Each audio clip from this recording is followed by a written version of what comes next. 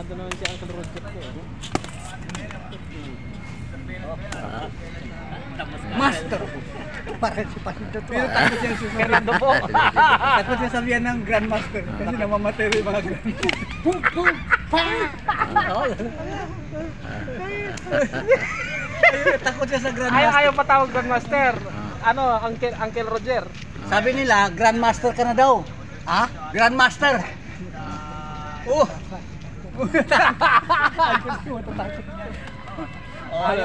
Ayaw pala ni Uncle Roger magpatawag Grandmaster ay.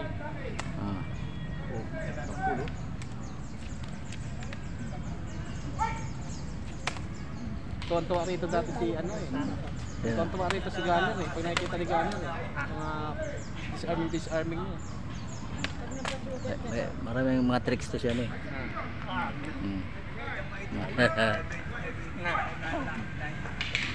Good hunting. Kung pinuti pagid na, lintian magid na. Nagid yung liubo. Putol gid eh. Oo. Hindi. Nakabantay si Jubin. Nakabantay si Jubin.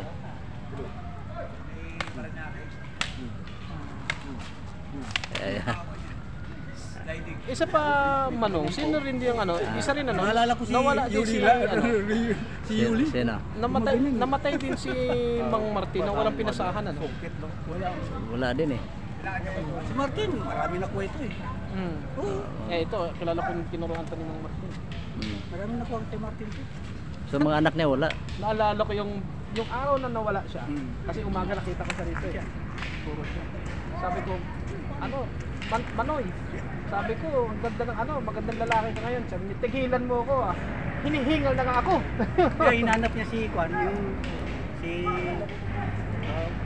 assistant ni Daguhok. Nagpamasahe. Yun na yun, katapos sabi niya parang ginigil ko siya. Binigyan naman ng jacket.